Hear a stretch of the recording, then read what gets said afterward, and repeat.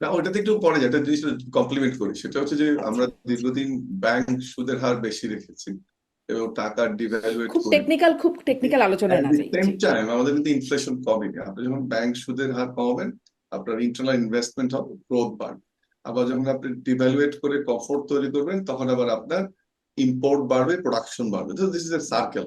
হুম so hmm. সেটার জন্য ওইটা বলছি যে এই এই বিষয়গুলোকে ভাবতে হবে সরকারকে কিভাবে ব্যালেন্স করে। আর ব্যাংকের ঋণের কথা যেটা উনি বললেন, সেটা ব্যাংকের দুটো ঋণের সিস্টেমই থাকে ইন্টারেস্টের, একটা হলো ফিক্সড, একটা ভেরিয়েবল। সো ওই ভেরিয়েবলটা যদি কেউ অ্যাভেল করে, তাহলে ভেরিয়েবল রেটে থাকবেন মোস্টলি। আমি বলছি না যে কেউ ফিক্সড নেয় বা ভেরিয়েবল নেয়, বাট দুটোই যে যার সুবিধা মতো করে। এই জন্য যখন টাকার রেট বা ডলার রেট ভেরি করে, তখন আপনার অপশন গুলো থাকে যে আপনি কোন দিকে যাবেন।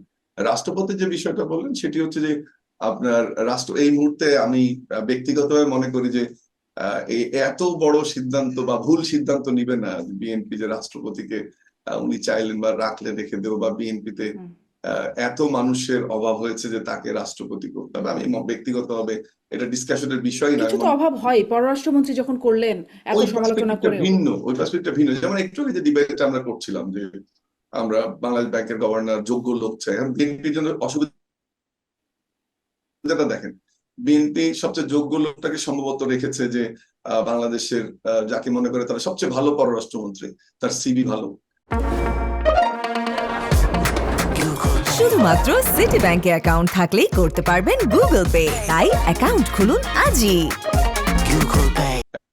আসলেই তার সিভি ভালো, internationally very experience, very renowned.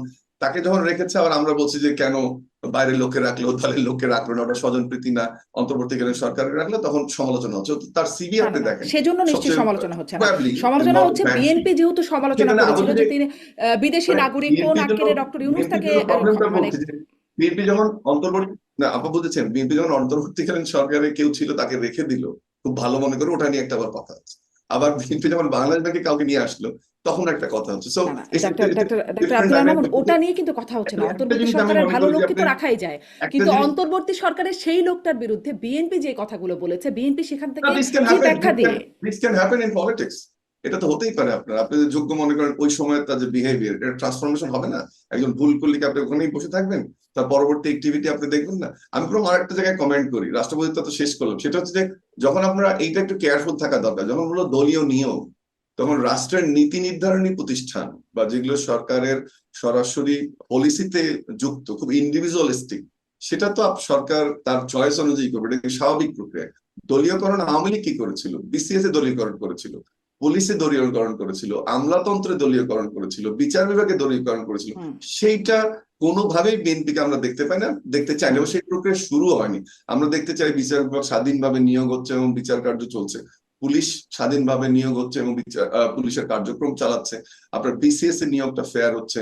হুম। সব জায়গায় ওই নিয়োগটাকে তখন আমরা আমাদের সময় বলেছি যে অত্যন্ত দলীয় নিয়োগ। কিন্তু এই ধরনের পজিশন গুলোতে এখানে নীতি এবং স্বার্থ জড়িত থাকে, সেখানে কিন্তু আপনি আপনার দলের মধ্যে বা আপনার চয়েসের বেস্ট ব্যক্তিটাকে বসাবেন, সেটাই ট্র্যাডিশন।